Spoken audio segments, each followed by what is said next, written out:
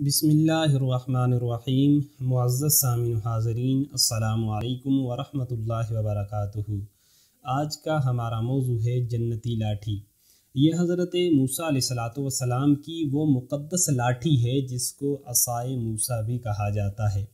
اس کے ذریعے آپ سے ان معجزات کا بکثرت ظہور ہوا جن کو قرآن نے مختلف عنوانات کے ساتھ اپنے اندر مختصر اور تفصیلی طور پر ذکر فرمایا ہے۔ اس مقدس لاٹھی کی تاریخ بہت ہی قدیم ہے، جو اپنے دامن میں سینکڑوں ان تاریخی واقعات کو سمیٹے ہوئے ہے جن میں عبرتوں اور نصیحتوں کے ہزاروں نشانات ستاروں کی طرح جگمگا رہے ہیں، جن سے اہل نظر کو بصیرت کی روشنی اور ہدایت کا نور ملتا ہے۔ یہ لاٹھی حضرت موسیٰ علیہ السلام کے قد کے مبارک 10 ہاتھ لمبی تھی اور اس کے سر پر 2 شاخیں تھیں جو رات کے وقت مشعل کی طرح روشن ہو جایا کرتی تھیں۔ یہ جنت کے درخت پیلو کی لکڑی سے بنائی گئی تھی۔ اس کو حضرت آدم علیہ السلام بیشت سے اپنے ساتھ لائے تھے۔ چنانچہ مشہور شاعر حضرت سید علی حجوری علیہ رحمۃ اللہ تعالی علیہ نے عربی میں کیا خوبصورت نقشہ کھینچا ہے۔ آپ فرماتے ہیں وَآدَمُ مَعَهُ أُنزِلَ الْعُودُ وَالْعَصَا لِمُوسَى مِنَ الْآسِ النَّبَاتِ الْمُكَرَّمِ وَأَوْرَاقُ تِينٍ وَالْيَمِينُ بِمَكَّةَ وَخَتْمُ سُلَيْمَانَ النَّبِيِّ الْمُعَظَّمِ۔ آپ فرماتے ہیں حضرت آدم علیہ السلام جنت سے 5 چیزیں اپنے ساتھ لے کے زمین میں آئے تھے۔ ان میں سے پہلی چیز عود یعنی خوشبودار لکڑی تھی۔ حضرت موسیٰ علیہ السلام کا عصا مبارک تھا جو عزت والی پیلو کی لکڑی کھاتا۔ یہ دوسری چیز تھی۔ تیسری انجیر کی پتیاں تھیں۔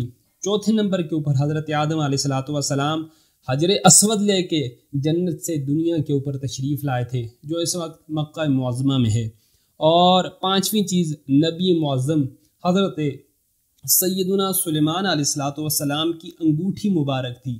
یہ 5 ایسی چیزیں تھیں جو حضرت آدم علیہ السلام جنت سے لے کے اس دنیا میں تشریف لائے تھے۔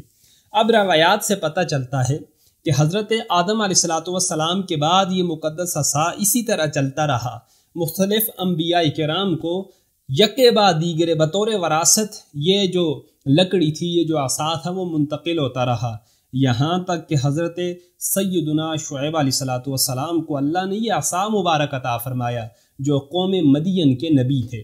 اب جب جناب موسیٰ علیہ السلام مصر سے ہجرت فرما کے آپ مدین کے اندر تشریف لے گئے تو حضرت شعیب علیہ السلام نے جب اپنی لڑکی حضرت سیدنا بی بی صفورہ رضی اللہ تعالیٰ عنہ کا نکاح آپ سے فرما دیا اور آپ 10 برس تک حضرت سیدنا شعیب علیہ السلام کی بکریاں چراتے رہے، تو اس کے بعد اللہ رب العزت نے آسمان سے وحی بھیجی، اے میرے نبی شعیب، اب یہ جو عصا جو آپ کو یکے بعد دیگرے بطور وراثت دیگر انبیاء سے ملا ہے، میرے کلیم حضرت سیدنا موسیٰ علیہ السلام کو آپ یہ ودیت فرما دیں۔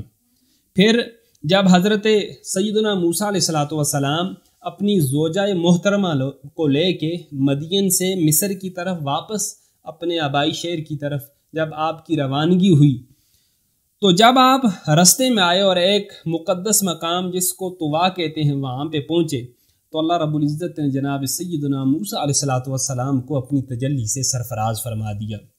اس وقت حضرت حق جل مجدہ نے آپ سے جس طرح کلام فرمایا، قرآن مجید سورہ طٰہٰ آیت نمبر 17 اور 18 کے اندر اللہ رب العزت نے اس کا تذکرہ فرمایا۔ اللہ نے فرمایا وَمَا تِلْكَ بِيَمِينِكَ يَا موسیٰ، اے میرے موسیٰ یہ تو بتائیں آپ کا جو دایاں ہاتھ ہے، آپ کا جو دایاں ہاتھ ہے اس کے اندر کیا ہے؟ حضرت موسیٰ علیہ السلام نے عرض کی قَالَ هِيَ عَصَايَ، میرے مولا یہ میرا عصا ہے۔ اب اس کے فائدے حضرت موسیٰ علیہ السلام نے آگے بیان فرمائے، أَتَوَكَّأُ عَلَيْهَا، میں اس پر تکیہ لگا لیا کرتا ہوں، وَأَعُشُّ بِهَا عَلَىٰ غَنَمِي، اور اپنی بکریوں کے لیے میں درختوں سے اس عصا کے ذریعے پتے جاڑ لیتا ہوں، وَلِيَ فِيهَا مَعَارِبُ أُخْرَىٰ، اور میرے لیے اس میں اور بھی بہت سارے فائدے ہیں۔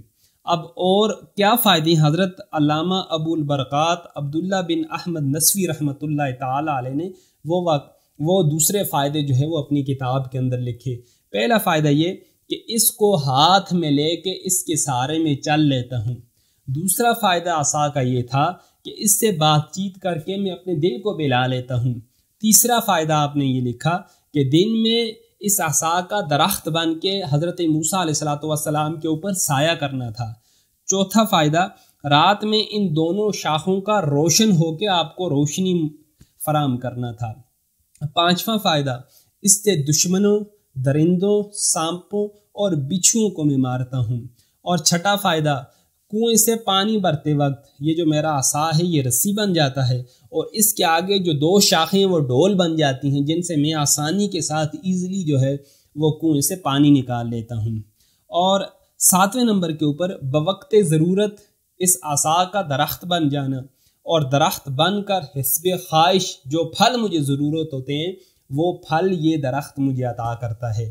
اور آٹھویں نمبر پہ، جب مجھے پانی کی ضرورت ہوتی ہے تو میں اس کو زمین میں گاڑ دیتا ہوں، زمین میں گاڑنے کی وجہ سے اللہ پاک اس درخت سے مجھے پانی بھی عطا فرما دیتے ہیں۔ اب حضرت موسیٰ علیہ السلام اس عصا مبارک سے یہ مقدس کام نکالتے رہے، مگر جب آپ فرعون کے دربار میں ہدایت فرمانے کے لیے، فرعون کو اللہ اور اللہ کے رسول کی دعوت دینے کے لیے تشریف لے جاتے ہیں، تو اس وقت فرعون نے آپ کو جادوگر کہہ کے جھٹلا دیا۔ تو اس وقت اللہ رب العزت نے آپ کے اس عصا کے ذریعے ان بڑے بڑے معجزات کا ظہور فرمایا کہ جن کو دیکھ کے فرعون اور اس کے جادوگروں کی عقلیں دنگ رہ گئیں۔ تو یہ جو معجزات ہیں، یہ جو واقعات ہیں، انشاءاللہ تعالی آئندہ آنے والی نشست میں تفصیلاً ان کا تذکرہ کریں گے۔ اللہ رب العزت کی بارگاہ میں دعا ہے اللہ تعالیٰ ہمیں ان واقعات کو پڑھ کے سن کے عبرت حاصل کرنے کی توفیق عطا فرمائے۔ وما علینا الا البلاغ المبین۔